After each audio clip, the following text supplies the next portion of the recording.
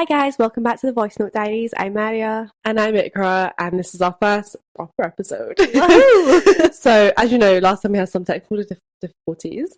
Some. Just a few. That's an understatement. We had all the technical difficulties. So I actually vlogged it, right, on my channel, and it was just a bunch of laughter. Yeah. I did not portray. Do you know what? the struggle. Like, we should have done a proper, what do you call it? Time lapse. Time lapse. A Yeah. time lapse, because it was hilarious. Like, we only just kind of kept checking in, so I think nobody really understood what was going on. Yeah, it looked like we were just having the time of our lives. We and were. actually we were It was a breakdown.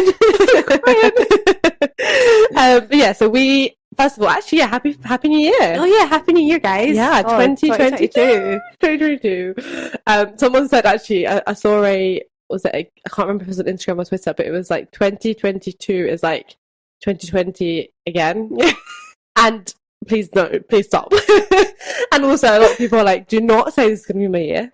Nobody jinx it. Nobody say it's going to be anybody's year, because we've been saying this for 2 years now, and COVID's like, it's my year. Yes. Omicron has got us by the. To be fair, actually, I was expecting a lockdown. Were you? Like a proper lockdown? Yeah, but let's not speak too soon, because have you seen the way Wales have been going? Yeah, well, yeah, exactly. Much stricter than Scotland this time. But I do think that like Sturgeon might be like, oh. Yeah, because the cases are rising, and although it's not as deadly as like, and that's really great. Like, obviously, it's not as deadly, but it doesn't take away from the fact that the NHS is still going to be like under strain. Yeah. So I think that's the issue as well. So yeah, true. They might actually just, because I'm sure she said that she's going to like reevaluate like things like restaurants, pubs, everything like that. Yeah. So I don't know what's going to happen, but yeah, I know. I do think that the vaccinations have definitely helped in terms of keeping the number of fatalities down and 100%, yeah, hospital cases. But there's still a lot of people who are very cautious of the vaccine. Yeah, there's still this is not our topic, but I know. This is not what we're here to talk about, guys. We've just kind of gone in a bit of a rant. I feel like every intro is going to be like, blah, blah, blah, and then and actually, what we're actually here to talk about is completely different. No, we are going to go into the topic soon. But we just wanted to say that we have got an email address to share with you guys. And I'm saying that, and I'm like, what is our email address? Should have prepped that. Do you remember what it is? I will bring it up. Hang on. For those who are watching on YouTube, we'll just have it on the screen. Yes, to make it easier, and in the description bar, and also in Spotify, we'll put it in the description too, because you can actually look at the episode notes. So our email is voicenote.diaries@gmail.com. Nice and simple. And basically, we're telling you that because we want to do segments of the podcast where we give advice. Yeah. Anything that you guys, it doesn't even need to be advice. Even if you want us to talk about something that like you're interested in, then you can send us an email. It'll always be anonymous. We'll never reveal your name, unless you want us to, which is like, don't know why you would, but unless you'd want us to, then obviously we'll like do it. But everything will be anonymous. You can have our word on that. We're not going to reveal any names or put any screenshots up on the screen. No, we would never do that, but we would like to. Yeah, we'd like this to be a safe space for everyone. Yeah, who's listening. We feel like it's really important. When we were saying like last time that there's a gap in the market or like a space for us, it's like there's so many amazing podcasts already. Yeah, 100%. There's like, amazing podcasts. Yeah, but then having the perspective of two Asian Muslim girls. And obviously not everything we're going to talk about is related to those two categories, but you know, that is a big part of us. But it will be very much always related back to that in some way, because I feel like as a Muslim woman, as a Muslim girl who's like kind of grown up, you always have a different perspective from other people. Exactly.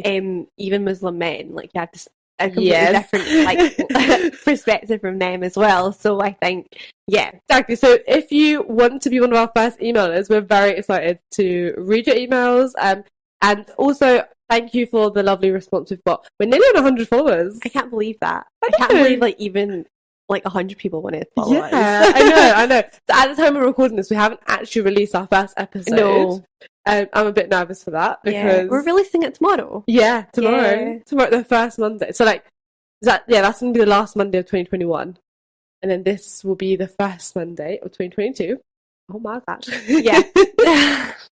It's, gosh.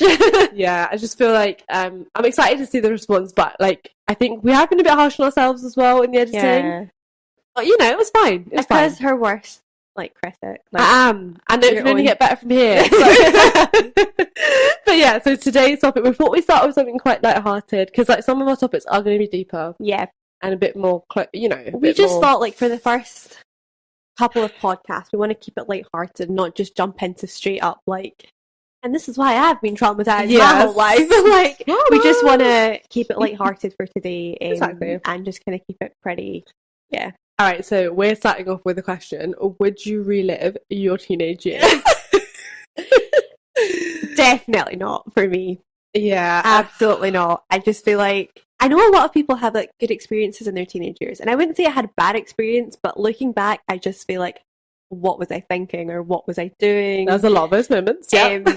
For me as well. Just, no, absolutely not. But the one thing I would say is, like, as a teenager, and we spoke about this earlier, like, I didn't overthink. I just went and did things. And maybe that can probably be a bad thing too, to not think and just go out and do things. Yeah. And like, I never felt like cringe or like, you know, had that secondhand embarrassment at the time, because you're a teenager and you don't really think about these things, I feel like. I think it's a really interesting time in everyone's lives. And I think, coming from my background of like developmental psychology, it's like, that's a time where it's so weird, but we actually regress. So like, even though we're developing and going forward, we actually, it's almost like how our brains are like when we're toddlers. Like, we're trying to make sense of the world and who we are, and everyone's doing that around us. Yeah. So we're like, you know, especially when we were teenagers, I don't know if Gen Zs have emos and groovos and all these like different categories. Yeah. I'm sure they had their own. If you're Gen Z, you can let us know. We are not Gen Z, so we don't know. But yeah, I feel like we were all trying to find who we were. Yeah. In a very pressured environment as well. Because like, school was tough as well. Like, academically, it was a lot of, not necessarily tough, but it was like, you're working towards this exam, and you're working towards this exam, and then you're going to figure out what you want to do for the rest of your life. You know, and it's a bit mad that like you have that pressure at like 16.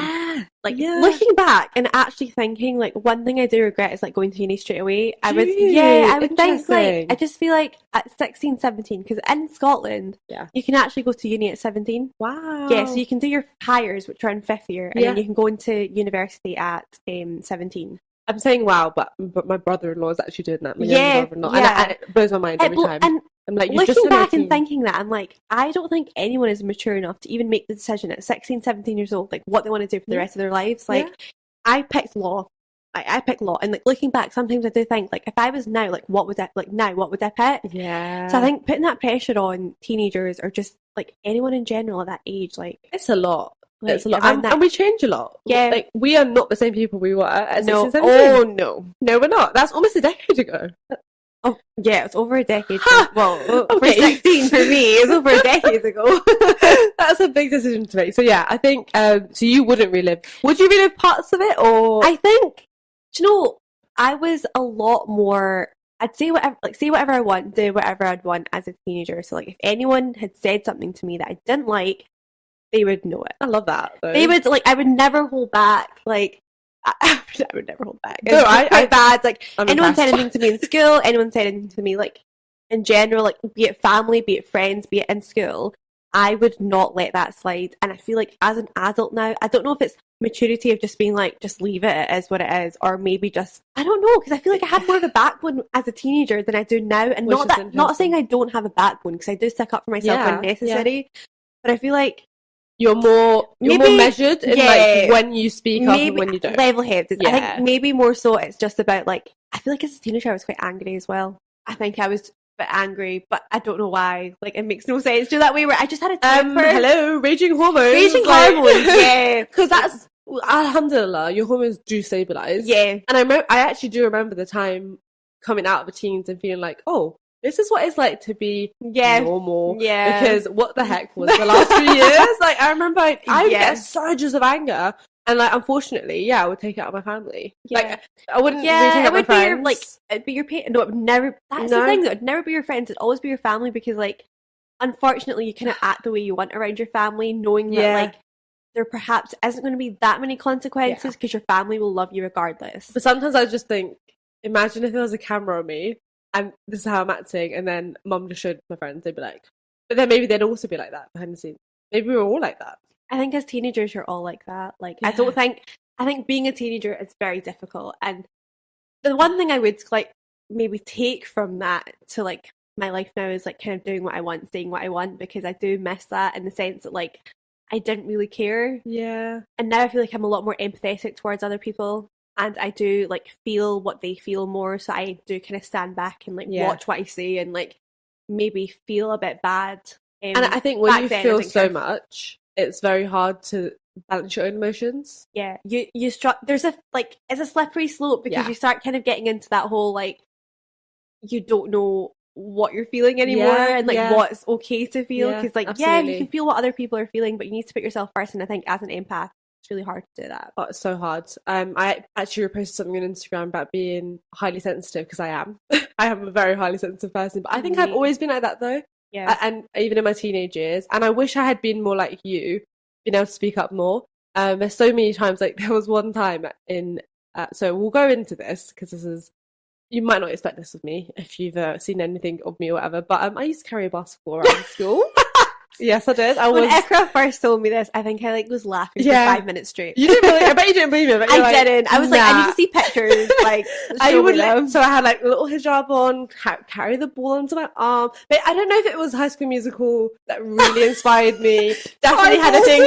Not a twitcher for Chads. That curly hair. That curly hair. You know, I was all about Chad. And I don't know what it was. I think also it was almost like I hate netball so much. And why do the boys get to play this cool sport where you can bounce the ball and not have to, like, because it was like, no, we have to free. That's the level of pettiness I want to be. It was funny. It's like, I'm not conforming to netball. I will become a basketball player. So yeah, anyway, I used to carry my basketball around, and one time, so I was like year 7, year 8, so that's like S1 to S2.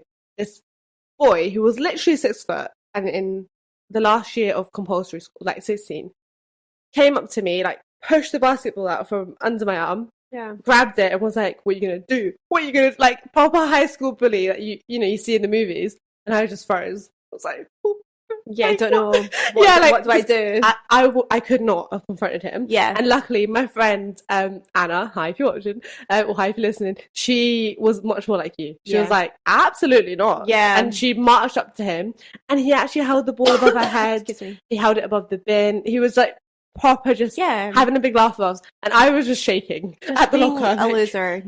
Just being horrible. And she was like, give my friend her basketball back right now. And I wish I could. I remember watching her like, wow, that would have been me.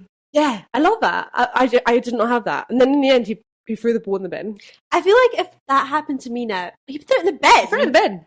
Did she get it back from the bin? She was like, get the ball out the bin or I'm going to report you. She was so good. He didn't get out the bin. Of course he didn't. Of course he didn't. But I mean, like, I'm just saying, like, the whole thing, when I look back on it now, I'm like, why did you not have a back bite? Why did you not say anything? You know, I wasn't a tiny little, I was never very short as well. I've always been quite tall. So, like, why was I so timid? It really annoys me, actually. Anyway.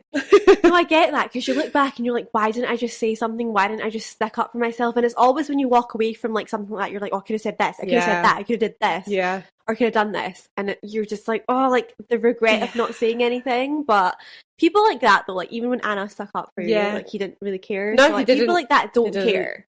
I know. Unfortunately, like they just do not care. Exactly. Would I relive my teenage years? I think overall, no. Overall, no. Just the hormones were horrendous. I always say that as always. So even if you gave me £1 million, I would not, because you're just not sure of who you are as well. There's a lot of uncertainty, and you feel like you know. You feel like you're grown as well, but you're not. And then boundaries with parents. Yeah, that's what I was saying to you like before. Like, I think it was last week we were discussing this topic. Like, when something happens when you're a teenager, you feel like it's the end of the world. And like, I would never want to have that feeling back, because I remember just any little thing, like, you know, getting a bad mark on a test, or like having an argument with your best pal, or like, you know, falling out with your parents. You genuinely feel like, how am I going to come back from this? Like, true. This is the end of the world. Like, this is the worst thing that's ever happened to me. I hate it here. Like, everyone hates me. I hate everyone. Yeah, it's so true. And like for me, that feeling just like, oh, PTSD. Like, I would never want that back, because, I know. and like as you now grow older, you've been through so much more life. You've like been through so much that like something like having a fallout with your friend, when you wouldn't. The first thing you wouldn't think was like, oh my god, my work life is ending. Or like, you know, having an argument with your parent or just whatever. Yeah. Because you've been through so much that you're like, oh, whatever, like, it is what it is, like, we'll get over it. Yeah. We'll and you'll know that with communication and patience. Yeah. You know. But as a teenager, like, I just feel like you just don't understand anything, even though, like you said, you think you know everything. Oh, yeah. Because I thought, like, I know everything. I'm so mature. Like, nobody understands me, but I know everything. And this is what we were saying last week. We were saying that it's so funny because we all thought that no one understood us, but like literally every single person around us felt the same. Yeah. And I think there's it's very interesting. But then what I would say is that the actual school element, I feel like I'm one of the few people who actually did enjoy high school, especially from year 7 to year 11. I didn't love like the pressure, but I had a lot of fun. I had a lot of laughs and a lot of like good memories in school. I agree. I personally hated my A levels though. So those are like, I don't know what I always forget in Scotland. Hires. Yeah. So from 17 to 18, like the... So from like 16 to, I would say 17, we have hires and then advanced hires. Yeah. So like that's what we do. So you have A levels and there's A2 or what is it? It's AS and A2. AS yeah. And A2, yeah. So like we have hires and advanced hires, but we really only need, unless you're doing medicine or dentistry, you really only need hires. Right, okay. To get into uni. Advanced hires, like a lot of people will just leave in 5th year. Right. To go into uni. Or if they want to stay on, they'll just stay on just for the sake of it. To just like get extra like. Do you know, I think I've got a feeling, I might be wrong, but I've got a feeling England have kind of tried to copy that, where now I think you can do an A level in 1 year, or like most of it in 1 year. Because in a way, having it spread across 2 was really hard, because how many subjects did you do as well though? 5. Oh my god. Oh, okay, never mind. I was gonna be like, we did so much, but we did 4. So you pick 5 hires, and then usually people will either pick like one advanced hire, or like a couple of hires in third year, 6th year. But with like if you're doing medicine, you pick 5 hires, 3 of them which are like chemistry, biology, physics, and then usually English, maths. To be honest, that's what most people pick. And then in 6th year, you pick 3 advanced hires, which basically need to be the 3 sciences are advanced, I'm pretty sure. That's my recollection, I think. But like with things like if you're doing degrees that aren't very like not like sciencey, so you're not, if you don't want to be a doctor or vet, like dentist, I think it's usually like 5 hires that you'll do, and then you'll go and sit here. But sometimes people didn't do 5 hires, they did like maybe 3-4 hires, and then did like an intermediate. And then in their 6th year picked up on other hires, just because if they didn't do well and they're like these and they're into, they're now called like Nat 5s, I think. They keep changing names. And I'm like, I don't know what they're called anymore. But when I was in school, they were intermediate 2, so int 2s we'd call them. And so some people, if they didn't do well in them, they'd like take over a subject, so maybe do 4 hires in int 2. Very flexible then. Yeah, it's flexible, but I feel like the school I went to, if they knew that you weren't going to do well in your hires, they would push you to not do hires and kind of push you to do like int 2s or like stuff like that. Which I'm guessing is like BTEC in England. I don't know. I think it's closer to GCSEs. Okay. It's closer to GCSEs. So like we'd have 3rd and 4th years when you do like your GCSEs. So your 3rd year would be like you learning all the stuff, and the 4th year you'd learn it too. But the 4th year exams were like where you did the proper exam. It'd be everything in that exam that you learned from 3rd to 4th year. Right. Okay. 5th year would be like your 5th year subject. But like you're saying, like you had a good time in school. To be honest, same. Like in my 5th year, that was even though it was like the hardest year for like school for me, because that's when it's kind of most important. The most pressure, 100%. I loved it because I just had a really good group of friends, I remember, and like we'd all hang out, and at lunch we'd all sit with each other, and we'd all walk home because we'd all live in the same area. So like I'd get dropped off to school, but I'd always walk home. Oh, that's nice. And I'd walk home with my friends, and we'd all like, it's almost a way where like we were kind of dropping each person off in the route we went home, because we all lived kind of near each other. Really and so we were all just like, okay, bye. And eventually, like me and like the last like girl, it was Rachel, we'd always just kind of part our ways because we lived like maybe like 10 minutes from each other, not even that.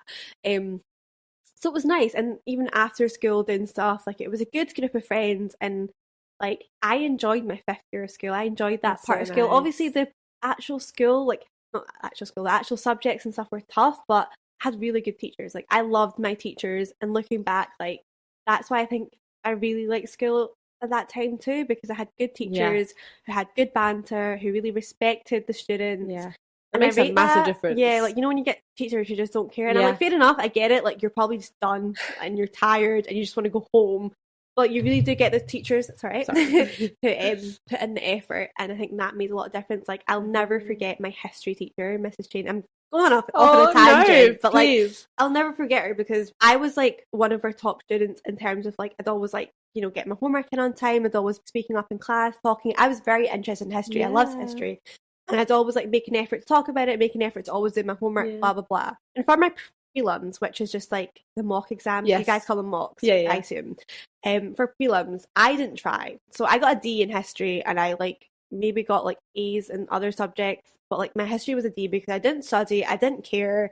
I was like, I don't want it. These are mock exams. I don't care about them. And she took me to the side and she was like, Maaria, like, this is not like you. Like, you've got a D. Like, what's going on? Aww. And I was like, I'm not going to lie. Like, I didn't study. It's prelims. We're not, these aren't used for appeals anymore. Like, we used to do prelims because if you didn't do well in your final, but you got a good result in your prelim, you could appeal it. To be like, you're actually a top student. Like, you're capable. Yeah. So I was like, it's fine. Like, you know, I'll, it's just because I knew it's pointless. Yeah. And she was like, yeah, no, I don't care. Like, you're going to come after class with me. We're going to sit and we're going to go through everything and blah, blah, blah. And I was like, no, seriously, like, it's fine. Like, I know I'm capable. And she's like, no, you're one of the top students. You've got a D. This is not happening. So she, out of her own will, just like, and looking back, like at that time, I didn't realize like she's not getting paid for this. Nope. She's not getting paid for staying behind and like doing all this extra stuff. That's genuine love and care for you. Yeah, basically. For me as a student. Yeah. And I was just like, this is, and looking back, I was like, I didn't appreciate that enough. No. And that's what made me like, I'll always remember her because I ended up getting an 8. And I was just like, you know, if it wasn't for her pushing, and she pushed me, and it's like, she was such a good teacher, and I had such good teachers, which made my school life and kind of that a lot easier as well. True. Yeah. It's so true. I think a good group of friends takes you a long way. A long way. Yeah, and alhamdulillah, I think we were both very blessed that we were able to find that group of friends, because I think some people do struggle with that. Yeah. That is and I'm sure some of you guys listening almost wish that you had the same situation. And you know what? What I will say is that your friends in high school are not going to be your best friends for the rest of your life necessarily. Some people do. They'll stick to their high school friends. I'm not friends with anyone. Exactly. From there high you go. School anymore. Yeah. Like, I do not keep in touch. Do I even keep in touch? No, I don't keep in touch with anyone from high school. But don't you think at the time it feels like life we're going to be friends forever? Yeah. I mean, for me, my best friend from year 7 we're still really close friends. Anna. That's really nice. Yeah, we're still really close friends, alhamdulillah. And then Masuma I met in this last 2 years. We're still good friends. And Paymon. Was that in sixth form? Yeah, that was sixth form. She came from another school. She transferred. So can you do that in Scotland? Like, can you transfer for your hires to different schools? You can transfer, I'm sure, but I think it's also to do with like your catchment area as well. So it's quite rare. Like, I think a lot of people. So what we had in sixth year was a lot of people from private schools coming to our school in sixth year because they didn't want to do their final year in a private school, just because a lot of people don't care in sixth year because like you're already in uni, you're kind of just like not really trying. So I think a lot of people's parents were like, we're going to just say paying for this. Yeah, basically. No, fair enough. 100%. Yeah. So she came. So in England, it's different. So you have to stick to the catchment area for year 7 to year 11, and then 12 and 13 you can go to any school you can apply. And then I also found out when I was at school, because it was so funny because they made such an effort to try and get us to come back to sixth form. They were sending us Christmas cards. We had like literal gifts. Like, I was like, what? Why is the school spending this much money? And I found out that each school gets around $8,000 per student who stays on or comes to their sixth form. So it's like, oh, okay, that's why. Because it makes sense. And then we get a lot of people. I feel like actually, I'm not going to go into names and specifics, obviously, but that also caused disruptions in our friendship group because we had people coming in who weren't the nicest of people. Yeah. And, different personalities. Yeah, 100%. I think that's what I struggled with, was that change of, because I had a group of 6 girls, but quite a big group, from year 7 up to year 11. Like, and we were like sending each other, going out for each other's birthdays, like cinema and shopping and that sort of thing. And then my mum would always laugh because we went through a bit of a lame phase of like at the end of every break time we'd be like, bye, and literally hug each other. Yeah, and like after school, mum would just be waiting, and she'd be like, "Why did you just hug? You're gonna see them tomorrow. Like, why did you need to hug?" And I'm like, "Why don't we just do that? You know?" Yeah, I'm not gonna lie, we did that too. Like, we would hug all of like everyone. I don't know why. It's so funny. And then mum's like, "But you don't hug. Like, you're not like that. You're not that affectionate at home." I'm like, "Yeah, that's it." I don't know, Mom. I don't know.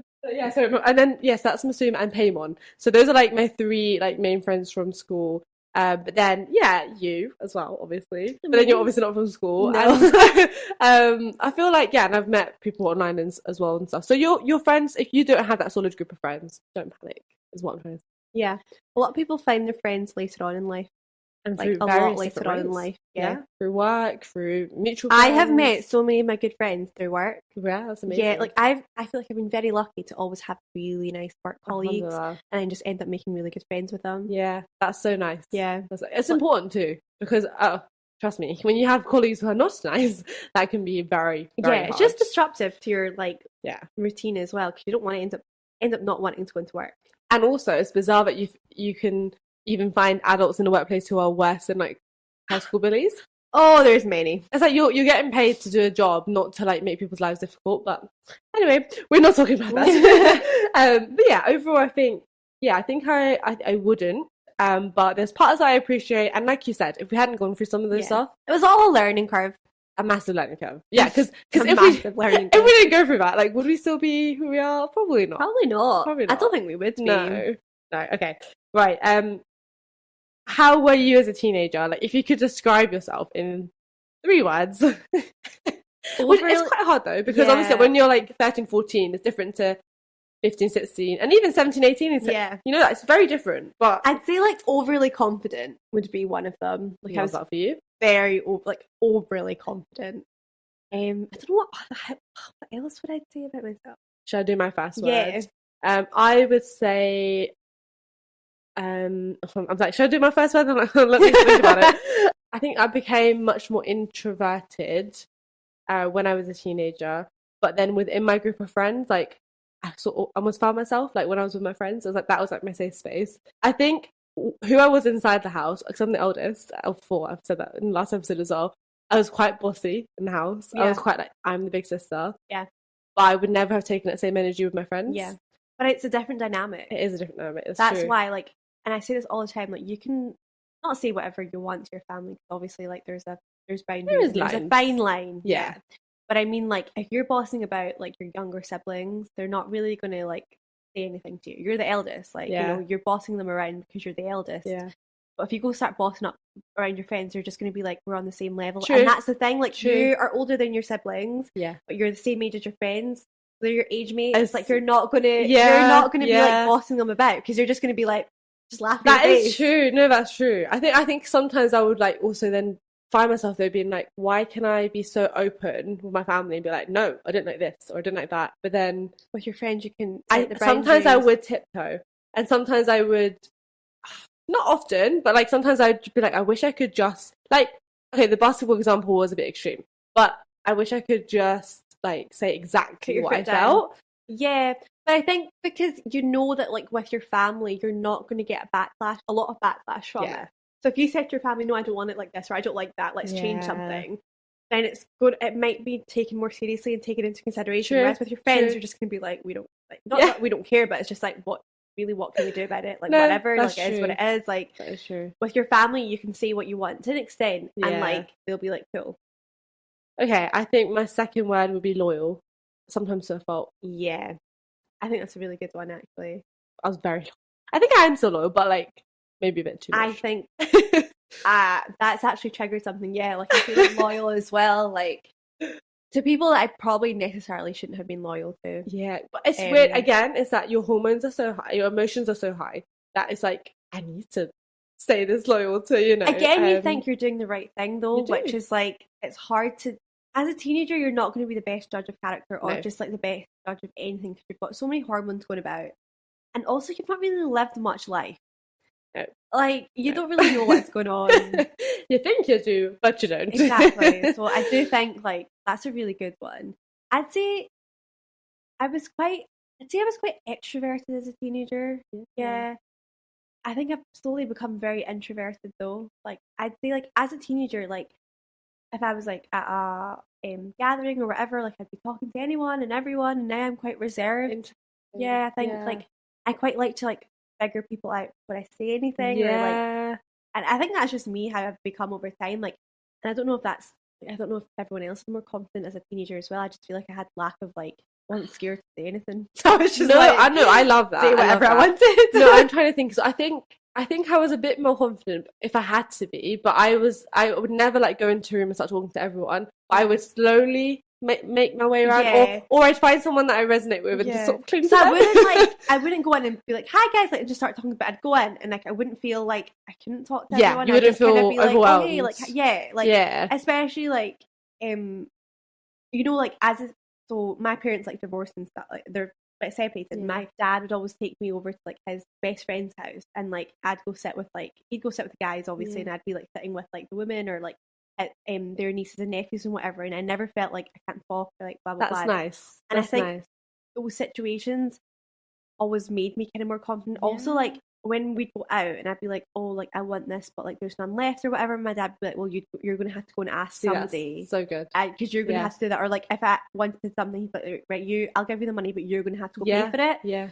So things like that kind of put me in a situation where I was just like, right, okay, well, like I'm going to have to do this. So and then you realise actually nothing bad happened. It was fine, and I got what I wanted, which is so important. Actually, that's a really good point. Like, if parents teach independence from a younger age, then that will definitely influence how. 100, like totally, I agree, because like my dad was very much like that, like do it yourself. Like I remember one time as well, like he bought me like a chair for the we had a computer room. I feel like everyone in the 90s had the computer room. That one computer that the whole family shared.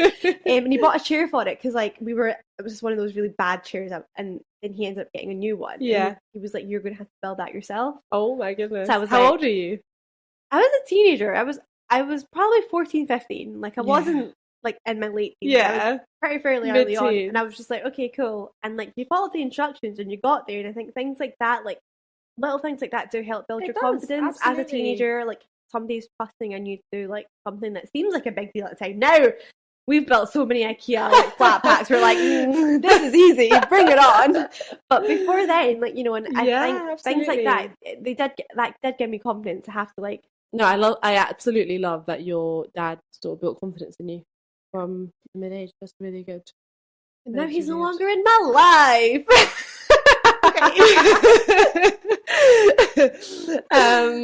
See, like when you like we deal with awkward situations, by the way, or like uncomfortable situations, we just laugh. I make so many jokes. Yeah. If anyone knows, I'm very much Jake Peralta from Brooklyn Nine-Nine. If anyone is listening who watches Brooklyn Nine-Nine, you know exactly what I'm talking about.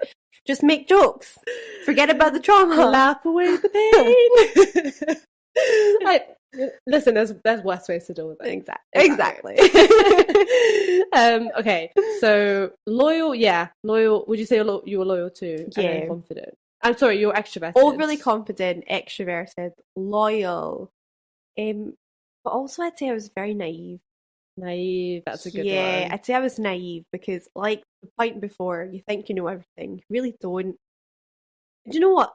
Something that will always baffle me. I'll use the example of teachers.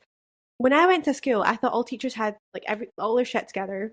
They were like, adults, proper adults who'd go home and like, Sorry, live their lives. And then like having teacher friends and seeing what they do in the weekends and seeing how they live their lives. I'm like, so nobody had their shit together? No, we were just pretending. So everyone was just pretending, because me as an adult right now, I'm like, I am winging this. I am winging this every day. I feel like Maaria is very harsh with herself as well, though. No, I do. Like, you don't see mashallah, like, you're doing bits. You've moved from another city and you're finding your feet as a married woman, and you've only been married for a couple of months. Like, you're using this. Oh my god, we missed her. We missed her anniversary again. Every month, I'm like, I'm going to remember this month, and every month we miss it. It's fine. You've not got to 6 months yet. That's like the a milestone. Yeah, you're fine. It's been 4 months though. 4? Wow. Okay, do you feel like it's been longer? No, it feels like it's gone so quickly. Yeah. I'm shocked that it's been 4 months. When I think about that, I'm like, oh, okay. Life is just crazy. That's the other thing. I feel like sometimes when I was a teenager, I felt like life dragged. Especially, I suppose, when I was in a lower point, or I just felt like... Do you know what? I think it's because, well, I don't know about you, but for me personally, I didn't have a lot of independence. Yes. I relied, obviously, a lot on my parents to give me lifts places, or my dad, I used to live with my dad, because obviously my parents were split. Well, I say obviously, my parents were divorced. I was living with my dad, and he was quite strict. So I wasn't, like, I wasn't allowed to do a lot. Like, my weekends would usually consist of me staying at home or seeing my cousin Madiha.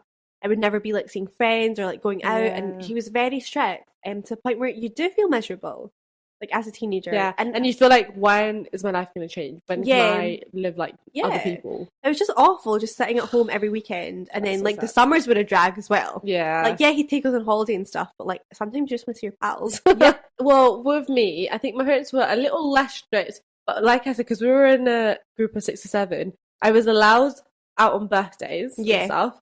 And that was quite frequent-ish. It was at least like once a month, basically, because of because you had a lot of friends. that worked really well. But then, like, if it was just like as we got older, it got a bit less. But like, especially at the start, it was like if it was just a random cinema trip or a shopping trip, they'd be like, "Why?" Yeah. And I think my mum was always in her head. She'd always like seen teenage boys hanging around with teenage girls, and she just didn't want to. Yeah, and I had no intention of doing that anyway. Yeah, I think it's just the worry, and like sometimes when I do think back now, I do think if I were to ever have kids, like I would obviously like.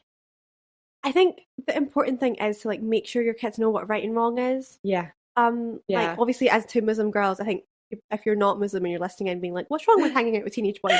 Like, as a Muslim, you're not really allowed to have like romantic relationship. It's kind of forbidden. It's forbidden in Islam. It is, yeah. So, and especially at that age, where like, what are you even doing? To be honest, like even non-Muslims, I would say like non-romantic relationships at that time were just pointless. I agree. You don't have any emotional intelligence. Yeah, you're dating to basically break up, essentially. You're dating to just basically be like, I have a boyfriend. Or I have a girlfriend. And don't you remember a period of time in school where everyone had a boyfriend? Yeah. And you, like, did you I felt so left out because I was like, I'm not allowed to be in this club. Yeah, literally. And then I remember the questions I'd get as well, like, wait, so why have you not, like, why are you not, like, flirting? Why are you not chatting? Why have you never kissed a boy? And it's like, because my parents would backhand me. Literally. And then also, it's kind of like, also, why are you kissing like 10 boys in a week? Yeah. Like, not to judge or be, but at that age, I was a bit judgy, I guess.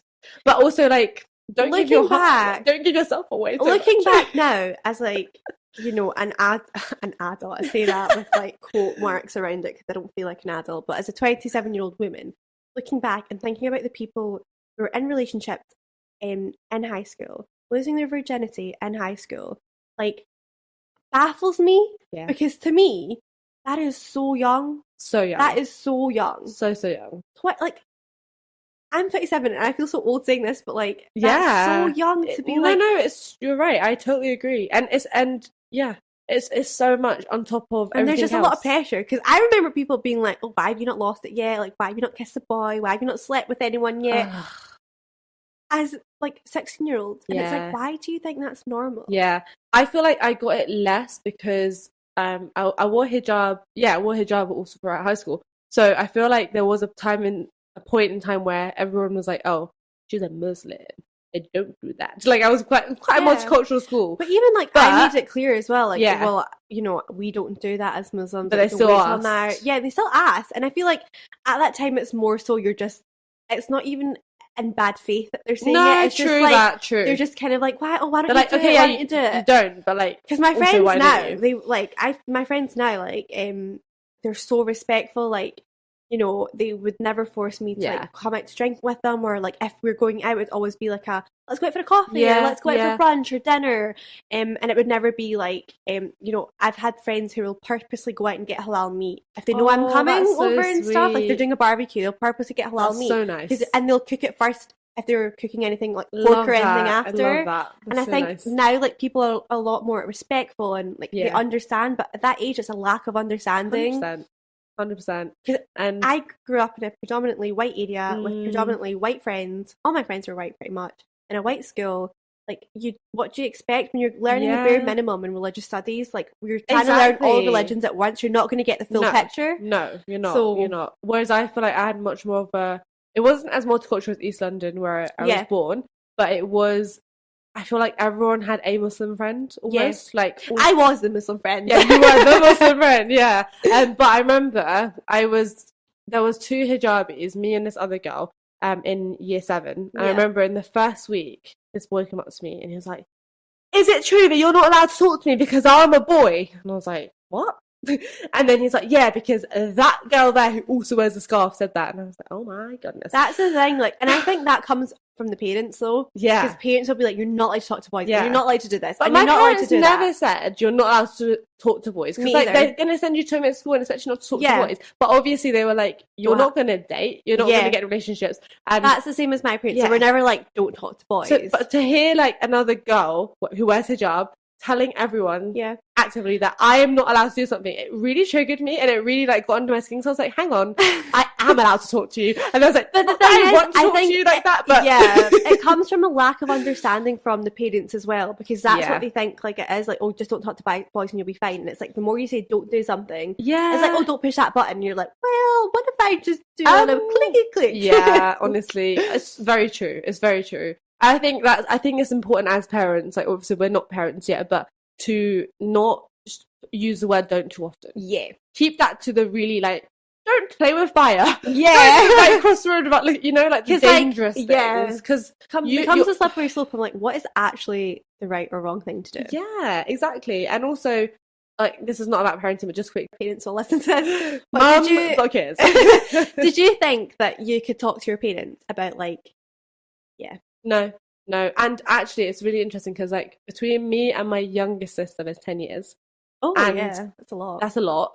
I always felt like her second mum, and I was always baffled at the questions and things she'd bring up with mum. Really? She can be so open with mum. I really like that. Like, she would be like, I rate that. So-and-so, you know, so-and-so's gay. And I'd be like, oh, I know.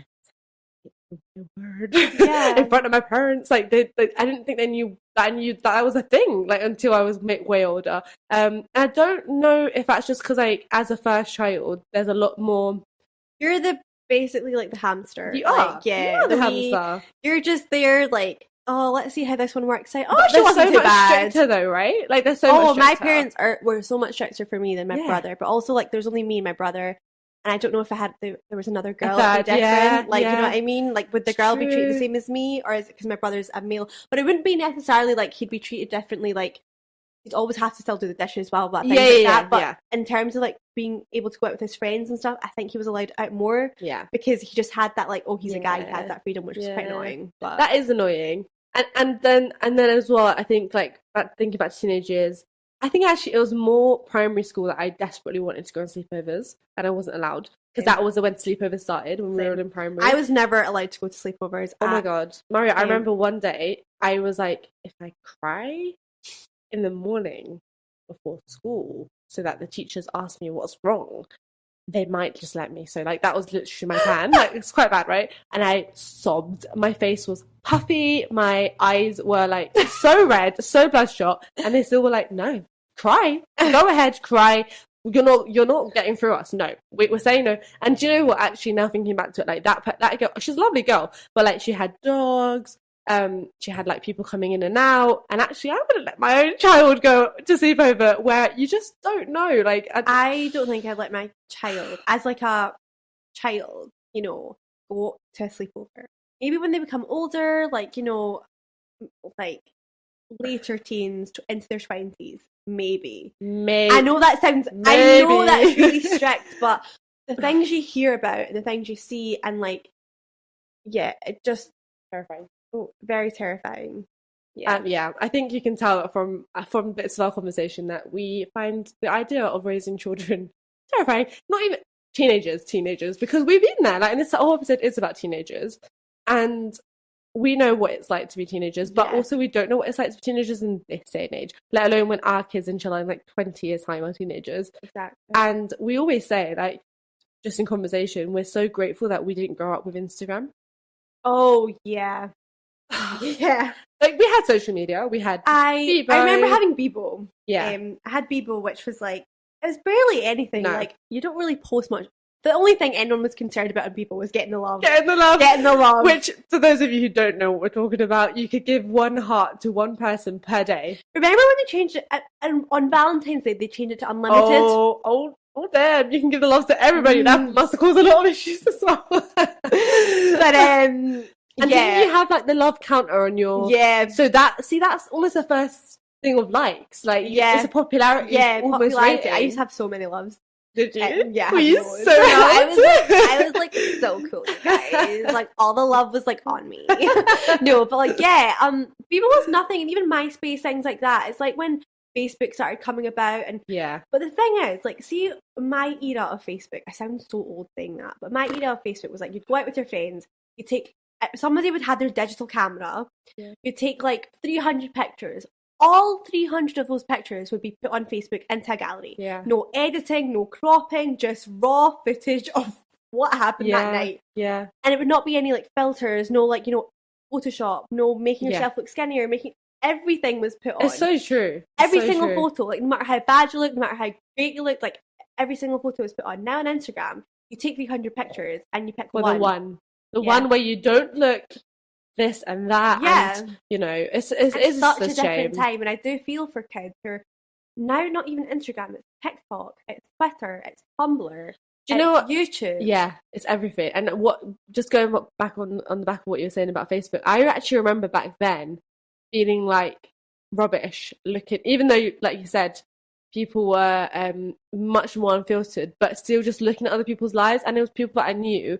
And I remember I just had to like delete it. I remember I just got off of it because I was like, I already go to school and I'm not, you know, there's so many dissimilarities between like the popular people and me, and like, you know, and then I'm going online to see it. Like, I remember feeling really, and it's funny now because I do use social media a lot, but I think we can now build our own communities and create it to who we resonate with, who we relate with, and what inspires us to be better. Yeah. Whereas, I don't know, but then I guess it goes back to me being highly sensitive and more introverted, where I did overthink and stuff like that. Yeah. But that's why I'm saying, if I had Instagram now, but I had to have all my peers, because that's you do at that age, you do follow you have people everyone around you. Oh my goodness, I don't know how I would cope, to be honest. Yeah, because it's so much pressure. Yeah. Instagram is like the new Facebook where you have all your pals on there, like not just random people following you, and you don't, and like you kind of have that pressure of accepting everyone because you don't want to be like, oh, why are you not accepting my follower? It's like, you know, it's the same as Facebook. And the other thing is that I don't know about your high school, but in our high school we were allowed phones. We were allowed phones. Yeah. And I know for a fact that people are taking pictures of other people in lessons. Like, the same age. Like, imagine like you're just trying to live your life, and then you're being recorded, and like they're putting like making TikToks and stuff, and it's shocking. It's shocking to me that like that's an extra it's a whole online world of pressure to deal with on top of just being in school. Because at least when we were in school, we could kind of just go home and switch off. Yeah. And if it was a really rubbish day, whatever. But then now it's like you have to go home and worry, like, is someone trolling me? Is someone being horrible? It's a lot. It's so much. You can't. When do you get to have a break and just switch off and feel like you can recharge? You don't, especially not with these kids. No, and then that's why it's so important for parents to be vigilant. But I just feel like kids are so smart nowadays as well. Oh yeah, so smart. Like you can put anything on, like as in parental controls, but like they mean nothing, to be honest. Yeah. Like, and if kids have their own phones as well, you can put parental control on phones, but there's always a way. Yeah. When actually on that point, when did you first get your first mobile phone? When I went into high school, because it was just for safety. Yeah. Yeah, but it wasn't like nowadays you have iPhones, everything. It was just like a standard like Nokia. Yeah, it was a Nokia. Yeah, I'm sure it was a Nokia. Just like to get, you know, you've got your credit. If anything happens, call us. It was never like here's your brand new spanking phone. It was a hand-me-down. No, fair enough. Yeah, my parents are very like, you don't need a phone. We drop you to school. We'll pick you up. Yeah, you do not need a phone. And I think they were just like, if you get a phone, you're bringing not just that one, but like a potential whole different side of things home. Yeah, and they almost like saw what was happening now, like in this generation to these kids, much earlier. But I find that infuriating. Yeah, because even though they were basic phones, everyone still had a phone. Yeah, and I was like, you're left out. Okay, so the feeling of being left maybe that's why I took my basketball to school. Who needs a phone when you got a basketball? And then it's funny because like I then think like inshallah with my own kids, like I don't really want them to have a phone like straight away. But then whole iPad culture, like it's too much. Like it's a lot. It's a lot. But then also a lot of people we're not cutting on here judging parents, okay? Because it's hard. Like being a parent is tough. Like sometimes you actually do just need to put your kid in front of your phone or your iPad, just let them watch it so you can get on with your own life. Yeah. Plus kids are a lot as well. Yeah. Like, they're like Duracell battery operated. Like, you just so hyper all the time. And it's like, dude, can we just... One thing I would tell my teenage self, which I think it fits into the whole what's the worst thing about being a teenager, but like, not everything's the end of the world, and actually everything always turns out okay. I know that's so cliche and so like, oh, lame, but it's true. I don't think it's lame. I think it's true. It's like I said, you think everything's the end of the world, and then actually you come out of it and you're like, well, that was a little bit dramatic. Yeah. Why was that being so dramatic? yeah. So yours is like sort of, like it's not the end of the world. It's not the end of the world, and like also I put a lot of like not effort, but a lot of like importance on friendships then, and I get it that friendships are very important, but like just because you've had a fallout with your friend, like it's fine. You'll be fine. Like everyone will be fine. You know, like not to put so much importance on like one person or like one kind of group of friends. Yeah, I think we'll do a whole episode talking about friendships. Yeah, they are really important. But yeah, a first friendship breakup, man, that hurts. It's worse than heartbreak. honestly. I think mine would be similar to yours. I think it would be that like things will look better. Will get better, sorry. Things will get better, because I think, like you said, like you think it's the end of the world, but also I think there was a lot of times where, especially when you grow up more sheltered, you just think, this is my life. Even with myself, I remember, because like we've said, like I'm more introverted. I am highly sensitive, and to be honest, I was very insecure as a teenager. I hated my nose, hated my teeth, like I hated so much about me, and I would overthink, like, oh, when I'm talking and people are looking at me, oh, they must be thinking I look so weird.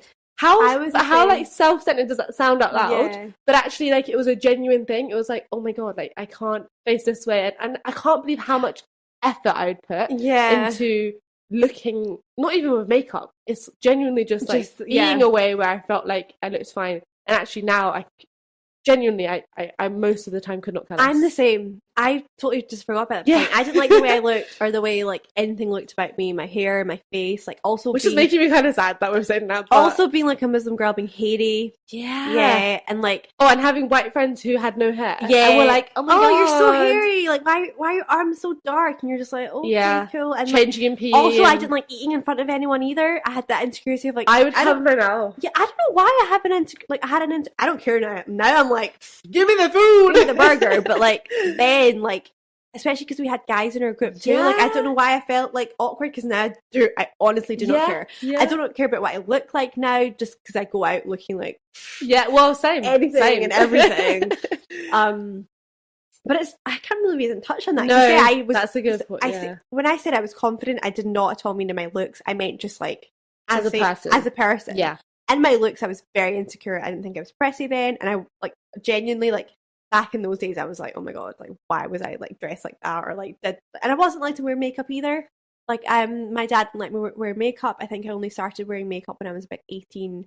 I would always sneak in makeup into school. It's getting up to an hour now, but I went through my emo phase where I would like circle eyeliner. Not even like, I would literally get eyeliner and just circle it around my eyes. By the way, I have asked Maz for pictures, and she says she has none.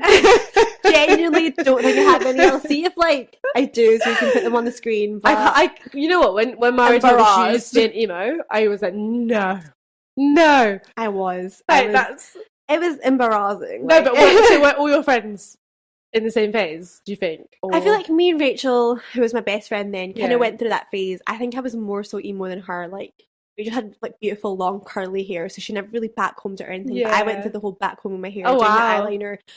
I derived from music, so like I loved like My Chemical Romance, Fall Out Boy, Slipknot, like all these like heavy kind of bands that were like very much emo-y as well. And it just like that's where I got it from. So yeah, like I wasn't really like to wear makeup, but would still like, you know, put on the eyeliner in school, and like it just kind of went from there, to be honest.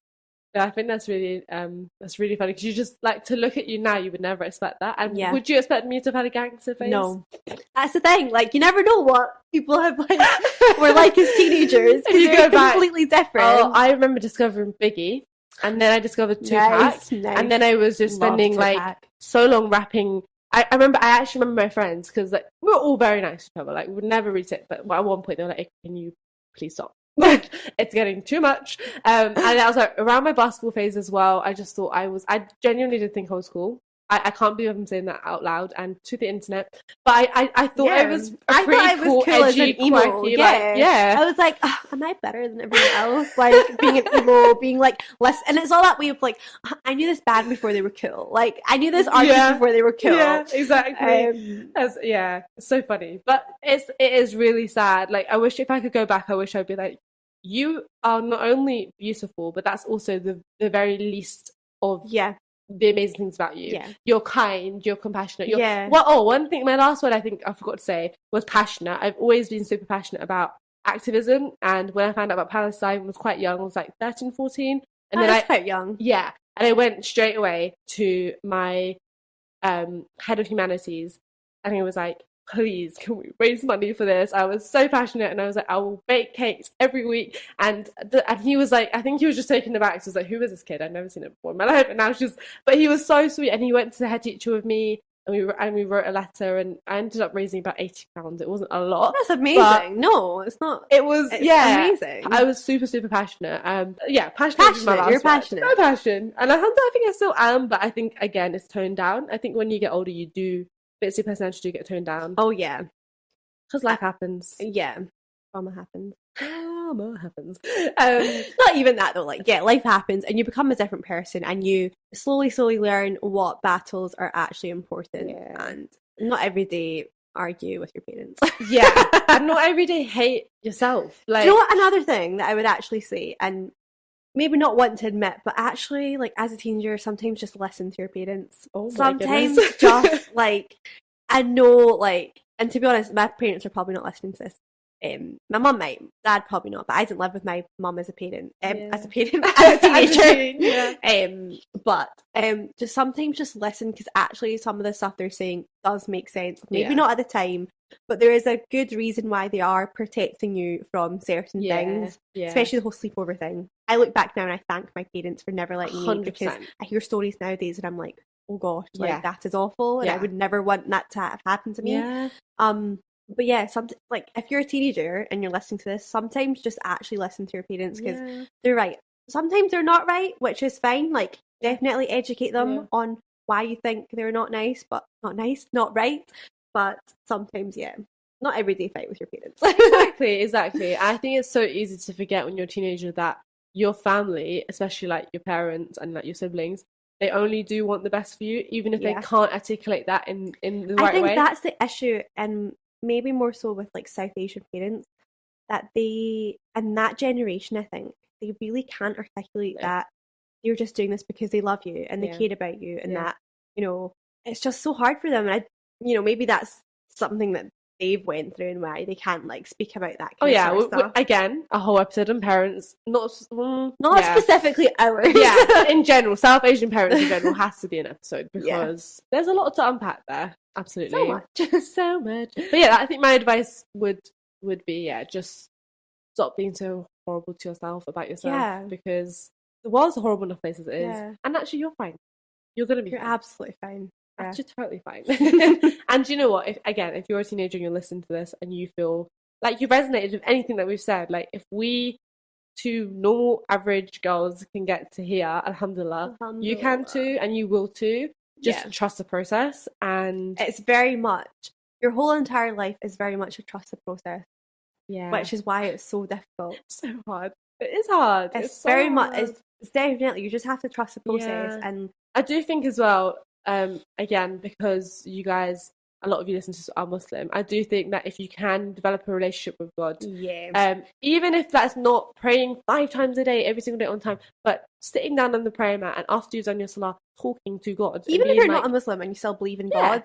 Having that conversation. There's never been a time where like I was upset and then I went to pray, or I just like prayed to Nuffle. I've never come back from that feeling worse. Always felt better. So true. Always felt better. I felt relieved that like this is now in the hands of like God. I don't know why it's giving me goosebumps, because it's so true. It's true. Like, and there's been nothing that I've made dua for that hasn't either like being given to me or being given to me in another way that's actually better for me. Yeah. And I think that's such a blessing that I think, I'll speak for myself. As a teenager, I forgot about quite a few times. And I was like, oh, it's so hard for me and my life's so difficult, or this is so difficult, or I'm not going to get through this exam or whatever. And then it would take a reminder from my mum or my nanny to be like, have you prayed? Have you prayed on this? Have you prayed on this? Because we're so blessed to have that outlet.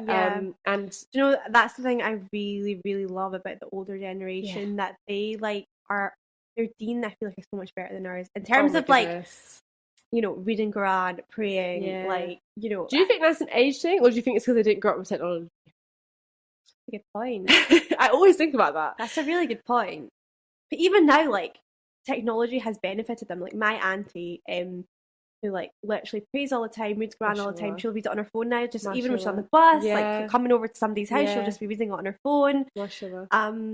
And it's like, that's benefited them now. And it can thing is, it can benefit us as well. Like, I mean, she's always saying to me, she's like, see, when I was younger, to improve my tajweed, I have to go out of the house and try and find the right teacher. And she's like, you've literally got YouTube TV, YouTube. She's like, there's so many avenues, and you can also hire like I was about to say, like, you can hire people to just go on Skype literally, or like FaceTime, whatever. There's also the amazing Quran Explorer app, not sponsored, but you know, where you can listen to it. But if you wanna, it's alhamdulillah, we're so lucky. But yeah, I do think that we have these resources at our fingertips, and sometimes we forget about them, which is okay. But this is a little reminder that if you have, go ahead, go out there, look for it, and inshallah you'll get the help you need. Yeah, that was a good chat about teenagehood. Complete throwback. Yeah, complete throwback. A lot of memories resurfaced there. A lot. Alhamdulillah though, because like we said, without those we would not be here today. No. We've got to trust the process, and if you guys are watching on YouTube as well, definitely let us know about your teenage years. Please, I don't think you can like comment on Spotify. Actually, you can't comment, but we discovered this feature that you can actually send us voice notes. Voice messages. And I thought that was so not ironic, I don't know what the word is, but because we are literally the Voicenote Diaries, you guys, if you want to, no pressure, if you want to send us a voice note with a comment about the last episode or one of the episodes, or if you want it like with a dilemma that you want to talk about, you're rather than welcome. Type. Absolutely. We would love to hear your dilemmas and your comments and your voices. It'd be really cool to put a voice to a name. It'd be really cool to do that. So I think we're gonna wrap that up now, because that's our first episode. It's about an hour. I think we've got a tiny bit of editing to do. Less technical difficulties than last time. Alhamdulillah. Thanks so much for listening, guys, and thank you so much. We will see you in our next episode next Monday. I hope you guys are getting excited, because it's the second time on a Monday that you get to hear us. And definitely send us in your dilemmas or anything you want us to talk about. Even on Instagram, you're more than welcome to send a DM. Again, completely anonymous. We will not put your names anywhere. No. And we'd love to do one of those episodes in January. So sending, guys. It could be about anything. It could be about school, anything, relationships, anything you career, want. Family, literally any topic that it doesn't need to be like drama related. It could just be anything. Yeah, anything at all. And we will do our level best to give you guys advice. Okay, right. I think we'll stop there. Right, guys. Thank you so much for listening. We will speak to you in our next episode. Bye. Bye.